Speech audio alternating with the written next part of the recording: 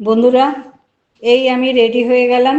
এখন যাচ্ছি একটা চশমার দোকানে, একটা রেগুলার চশমা আর কি একটা বানাবো। কেননা আমার তো চোখ অপারেশন হওয়ার পরে আর চশমা বানানো হয়নি, সেটাই আর কি। চশমাটা বানাতে আমি এখন দোকানে যাচ্ছি। এই চলে এলাম দোকানে। দোকানটার নাম ওম অপটিক্যালস।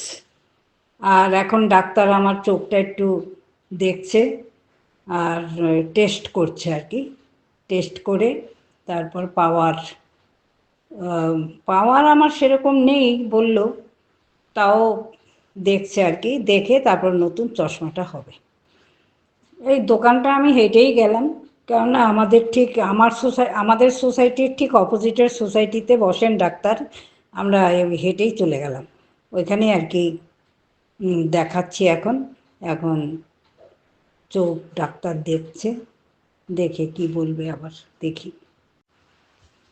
প্রথম তো কিছুই দেখতে পাচ্ছিলাম না, তারপরে ওই আবার সেই গ্লাসগুলো লাগাতে লাগাতে তখন আবার ঠিকঠাক মোটামুটি, আমার ঠিক একদম যে ক্লিয়ার দেখছি তা নয়, ওই মোটামুটি আর কি দেখছি এখন।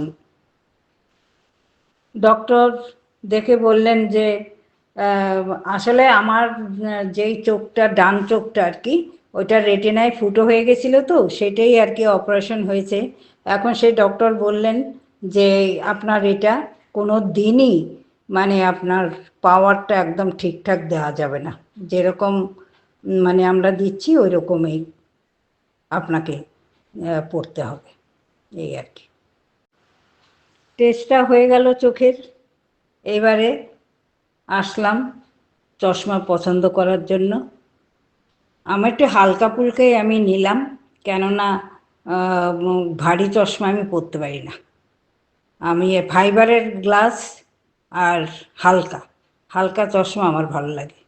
কেন এই যে সে স্টিলের, তারপরে সে গ্লাসের গ্লাস এখন অবশ্য কেউই পরে না, তো আমার হালকা ফুলকাই ভাল লাগে। ওই একটা মোটামুটি নিলাম। তোমরা কালকে সেটা দিয়ে দেবে। এখন তোমাদের দেখাবো চশমাগুলো পরে। আমার ছেলেকে আমি দেখাচ্ছি, বলছি, জিজ্ঞেস করছি কেমন লাগছে, দেখ, যেটা দেখ কোনটা ভালো লাগছে সেটাই নিয়ে নেব। আসলে আমি বেশি দামি চশমা নিলাম না, আমার ছেলে বলেছিল একটুখানি হয় ভালো জিনিস নিতে। ভালো জিনিস মানে ওই স্টিল, আমি ওই স্টিল পরতে পারি না, আমার একটু হালকা ফুলকাই ভালো লাগে। তো মোটামুটি যতগুলো দেখালো আর কি, তার মধ্যে একটা পছন্দ করলাম, করে কালকেই দিয়ে দেবে চশমাটা। তারপর তোমাদের কালকে দেখাবো।